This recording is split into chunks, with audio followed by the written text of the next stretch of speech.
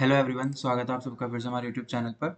और जो आज का टॉपिक है वो हमारा directive influence of a functional group in a mono substituted benzene. ठीक है, एक क्वेश्चन है, दो क्वेश्चन पूछा गया एग्जाम में आरपीएससी सेकंड ग्रेड में। तो आज हम लोग उसी के बारे में पढ़ेंगे। तो सबसे पहले हम जब बेंजीन के बारे में जानते हैं कि बेंजीन नमकीन में होता क्या क्या है। सबको पता है बेंजीन एरोमेटिक कंपाउंड है, 3 डबल बॉन्ड होंगे। अब देखिए, अभी कोई भी ग्रुप नहीं लगा हुआ है तो सारी पोजीशन कैसी है, सेम है। लेकिन अगर मैं यहाँ पे कोई समूह लगा दूँ, मान लीजिए कोई एक्स समूह लगा दिया, तो इसके जो एडजेसेंट पोजीशन, इसके पास वाली पोजीशन है, इसको हम क्या बोलते हैं, ऑर्थो। सबको पता है ये भी ऑर्थो होगी और ये वाली भी क्या होगी, हमारी ऑर्थो। अगर हम 1 3 पे देखें इस वाली पोजीशन को, थर्ड पोजीशन पे, तो ये क्या हो जाएगी हमारी मेटा। सेम इधर भी देखेंगे तो ये वाली क्या हो जाएगी हमारी मेटा। और जस्ट सामने वाली क्या होती है हमारी, ये पैरा। समझ में आ गया। तो मतलब देखिए, इसको अगर मैंने 1 माना, इसको 2, तो ऑर्थो क्या होती है 1 2 पोजीशन। ये 3 आ गया तो मेटा क्या होती है 1 3 पोजीशन। और ये क्या आ गया 4, तो पैरा क्या हो गया हमारा 1 4 पोजीशन। कब, जब बेंजीन पे क्या हो, एक क्रियात्मक समूह, कोई भी समूह जुड़ा हुआ हो। अब दूसरी चीज़ हमको पता होना चाहिए कि किस टाइप की रिएक्शन देता है बेंजीन। तो बेंजीन या फिर कोई भी एरोमेटिक कंपाउंड हो, वो किस टाइप की रिएक्शन देते हैं हमारे, इलेक्ट्रोफिलिक सब्स्टिट्यूशन रिएक्शन। इलेक्ट्रॉन स्नेह प्रतिस्थापी अभिक्रियाएं। ठीक है, कौन देता है, हमारे बेंजीन रिंग या फिर एरोमेटिक कंपाउंड। कौन सी रिएक्शन देते हैं, इलेक्ट्रोफिलिक सब्स्टिट्यूशन रिएक्शन। मतलब कोई और इलेक्ट्रोफाइल आएगा, जैसे मान लीजिए यहाँ पे बेंजीन है, यहाँ पे पास कोई भी CH3 ग्रुप है, मान लीजिए इसकी किस रिएक्शन कराते हैं हम, Cl2 से। किसके प्रेजेंस में कराते हैं हम, FeCl3। क्या होता है, Cl जुड़ जाता है, सबको पता है क्लोरीनेशन होता है। ये CH3 आएगा, ये यहाँ पे एक Cl बनता है और एक और क्या बनता है अपना पैरा प्रोडक्ट। एक ऑर्थो प्रोडक्ट बनता है और एक क्या बनता है हमारा पैरा प्रोडक्ट। अब देखिए, ये सिर्फ ऑर्थो और पैरा पोजीशन पे क्यों आया, इसका कौन निर्धारण करेगा, इसका निर्धारण करेगा हमारा ये पहले से मौजूद क्रियात्मक समूह। कि जो आने वाला इलेक्ट्रोफाइल है वो इसके ऑर्थो पोजीशन पे आएगा, इसके मेटा पोजीशन पे आएगा, किसके पैरा पोजीशन पे आएगा। ये कौन निर्धारण करेगा, हमारा पहले से मौजूद क्रियात्मक समूह। इसलिए इसको क्या बोला हमने, एकल प्रतिस्थापित बेंजीन में। एकल प्रतिस्थापित मतलब इस बेंजीन में भी एक ही समूह है, में क्रियात्मक समूह का निर्देशात्मक प्रभाव। कि ये जो इनकमिंग ग्रुप है उसको कहाँ पे डायरेक्ट कर रहा है, कहाँ पे निर्देश दे रहा है कि वो कहाँ पे आएगा। ठीक है, अब ये दो टाइप के होते हैं, या तो ये ऑर्थो और मेटा पैरा पे भेजेंगे या फिर किस पे भेजेंगे, मेटा पे। मतलब ये जो एक्स है ये या तो ऑर्थो और पैरा डायरेक्टिंग होगा या फिर क्या होगा, मेटा डायरेक्टिंग। चल देखते हैं। तो पहला एग्जांपल है ortho and para directing groups का। किसका, ऑर्थो एंड पैरा निर्देशी समूह। The groups which direct the incoming group to ortho and para position, उनको हम क्या बोलते हैं, ortho and para directing groups. वे समूह जो आने वाले समूह को ऑर्थो एवं पैरा स्थिति पर निर्देशित करते हैं, उन्हें क्या कहते हैं हम, ऑर्थो पैरा निर्देशी समूह। एग्जाम्पल क्या क्या है, NH2, NHR, amide, OCH3, CH3, C2H5, इसमें OH भी आ जाएगा, OR भी आ जाएगा। ठीक है, इनको क्या बोलते हैं हम, सक्रियकारी समूह। कौन सा समूह है, सक्रियकारी, मतलब इंग्लिश में क्या बोलते हैं हम, एक्टिवेटिंग ग्रुप। अब देखिए, इनको एक्टिवेटिंग ग्रुप क्यों बोला है, मान लीजिए यहाँ बेंजीन है और यहाँ पे मैंने क्या लगा दिया OH। ठीक है, अब सबको पता है ऑक्सीजन के पास लोन पेयर है, तो ये क्या करेगा, इसमें कंजुगेशन में होगा और कैसे संरचना बनाएगा, अनुनादिक संरचना बनाएगा, रेजोनेटिंग स्ट्रक्चर बनाएगा। तो देखिए, ये डबल बॉन्ड क्या हो गया, ऑक्सीजन हाइड्रोजन, ऑक्सीजन पर चार्ज कैसे आ गया, पॉजिटिव। ये जो डबल बॉन्ड टूटा है, यहाँ पे क्या आ जाएगा, नेगेटिव चार्ज। ये डबल बॉन्ड और ये डबल बॉन्ड, अब सब इसके अनुनाद संरचना बना सकते हैं। ये वापस से इधर कंजुगेशन में और ये इधर। तो यहाँ पे क्या गया, नेगेटिव चार्ज, यहाँ double bond double bond double bond, oxygen hydrogen और पॉजिटिव। वापस से संरचना बनेगी, एक इधर और ये वापस से कहाँ जाएगा, इधर। कैसी संरचना बना रहे हैं अपन, अनुनादिक संरचनाएं, रेजोनेटिंग स्ट्रक्चर। सबने पढ़ी है ये BSc में, 12th में भी पढ़ी है। ठीक है, अब लास्ट में क्या होगा, वापस से ये इधर और ये वापस यहाँ चला जाएगा, कौन सी स्ट्रक्चर बन जाएगी, ये वाली। तो आपने नोट किया होगा कि जो ये वाला समूह लगा है यहाँ पे, इसके 1 2 पोजीशन पे एक बार नेगेटिव चार्ज आया और 1 4 पोजीशन पे चार्ज आया। मतलब ये वाला ऑर्थो है और ये वाला कौन सा है, पैरा।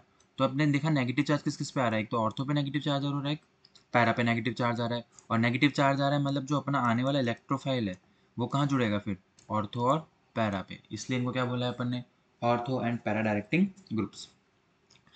मतलब जो इलेक्ट्रॉन डेंसिटी, इलेक्ट्रॉन का घनत्व है वो कहाँ कहाँ बढ़ रहा है, ऑर्थो पोजिशन में बढ़ रहा है और पैरा पोजिशन में बढ़ रहा है। और जब इलेक्ट्रॉन घनत्व बढ़ रहा है हमारा ऑर्थो और पैरा पोजिशन पे, तो जो आने वाला इलेक्ट्रोफाइल है वो कहाँ जुड़ेगा, ऑर्थो और पैरा पे। इसलिए इन समूह को क्या बोलते हैं हम, एक्टिवेटिंग ग्रुप। ये क्या करते हैं, बेंजीन रिंग को एक्टिवेट करते हैं, सक्रिय करते हैं, किसके लिए, इलेक्ट्रोफाइल को जोड़ने के लिए। कैसे, क्योंकि वो क्या कर रहे हैं, इस पूरे बेंजीन रिंग पे किसका घनत्व बढ़ा रहे हैं, हमारा इलेक्ट्रॉन का। किसका घनत्व बढ़ा रहे हैं, इलेक्ट्रॉन घनत्व, जिसको हम बोलते हैं इलेक्ट्रॉन डेंसिटी। तो अगर ये इलेक्ट्रॉन डेंसिटी बढ़ा रहे हैं तो ये कैसे ग्रुप कहलाएंगे, हमारे एक्टिवेटिंग ग्रुप।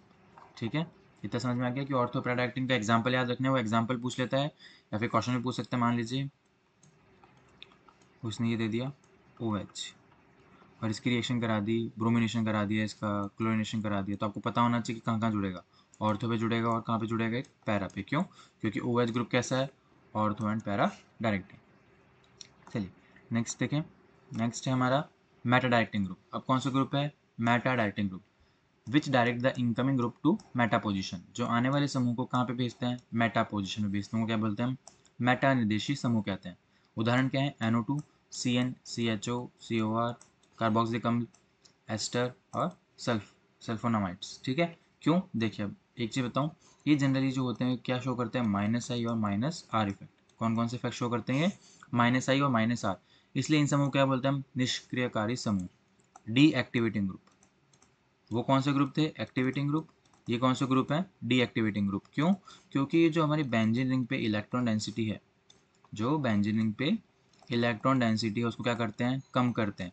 और इलेक्ट्रॉन डेंसिटी कम करेंगे तो जो आने वाला इलेक्ट्रोफाइल है वो जुड़ नहीं पाएगा, और जुड़ नहीं पाएगा तो मतलब एक तरह से हमने क्या कर दिया, उसको डीएक्टिवेट कर दिया, निष्क्रिय कर दिया। देखें, समझे इसको, देखिए NO2 के एग्जाम्पल समझते हैं। ये nitrogen, double bonded oxygen, O negative. ठीक है, इसको मान लीजिए यहाँ पे पॉजिटिव, ऐसे लिख सकते। ये देखिए, ये इधर जाएगा, ये इधर। अनुनादी स्ट्रक्चर है, सबको बनाने आती है।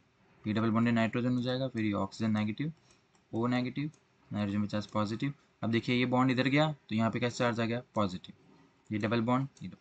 वापस अनुनाद संरचना बनानी है अपन को, रेजोनेटिंग स्ट्रक्चर बनानी, बनाइए। इधर आ जाएगा, इधर कौन सा आ गया, पॉजिटिव।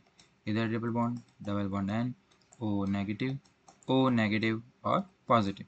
वापस से ये इधर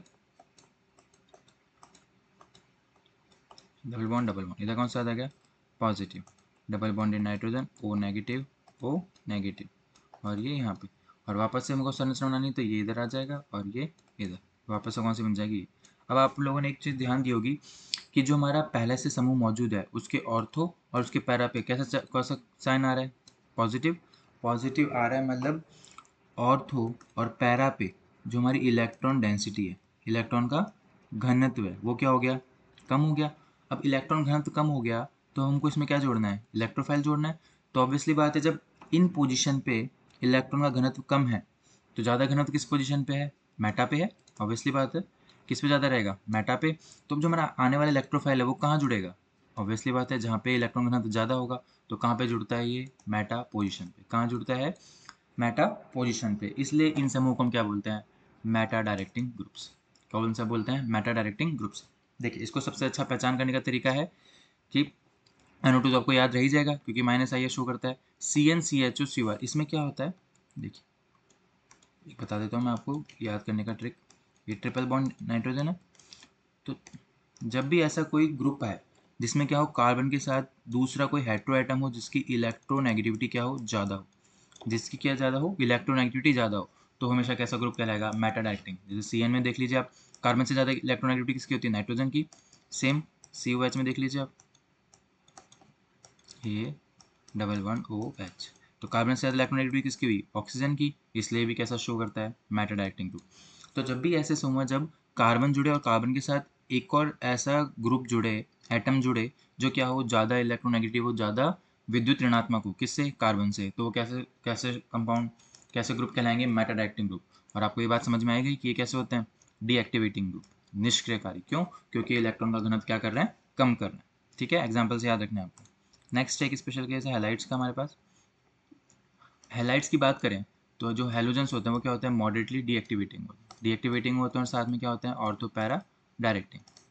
ठीक है, अपोजिट केस हो गया क्योंकि अपन को पता है जो ऑर्थो पैरा डायरेक्टिंग होते हैं वो कैसे होते हैं, एक्टिवेटिंग होते हैं, लेकिन यहाँ पे ऑर्थो पैरा डायरेक्टिंग ग्रुप कैसे हो रहे हैं, डीएक्टिवेटिंग। कब, हैलोजन। क्यों, देखिए, परंतु प्रबल माइनस आई प्रभाव के कारण। अब आपको पता है हैलोजन की जो इलेक्ट्रोनेगेटिविटी है, विद्युत ऋणात्मकता है, वो ज़्यादा होती है, इसलिए क्या शो करते हैं, माइनस आई इफेक्ट।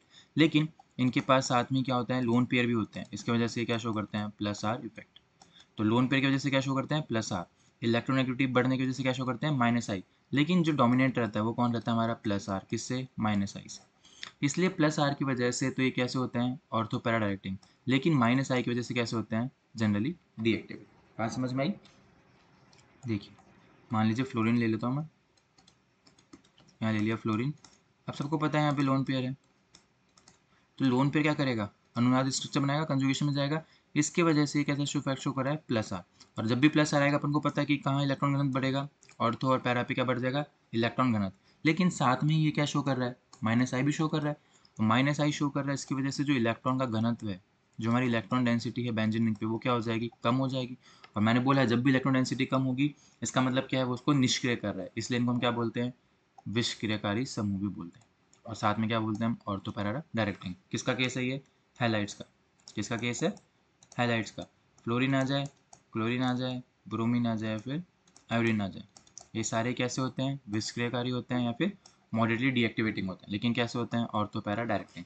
तो आपको दो चीज़ याद रखनी है, एक तो कि जनरली जो ऑर्थो पैरा डायरेक्टिंग ग्रुप्स होते हैं वो कैसे होते हैं, एक्टिवेटिंग होते हैं, सक्रियकारी होते हैं। जो मैटर डायरेक्टिंग होते हैं वो कैसे होते हैं, डीएक्टिवेटिंग होते हैं, निष्क्रियकारी होते हैं। ठीक है, दो चीज़ तो याद रखनी है। और एक स्पेशल केस क्या याद रखना है आपको, हैलाइड्स का।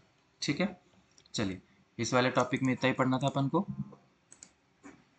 जिसको कुछ समझ में नहीं आया वो नीचे कमेंट बॉक्स में कमेंट करके पूछ सकता है, मैं आंसर देता हूँ। ठीक है, थैंक यू।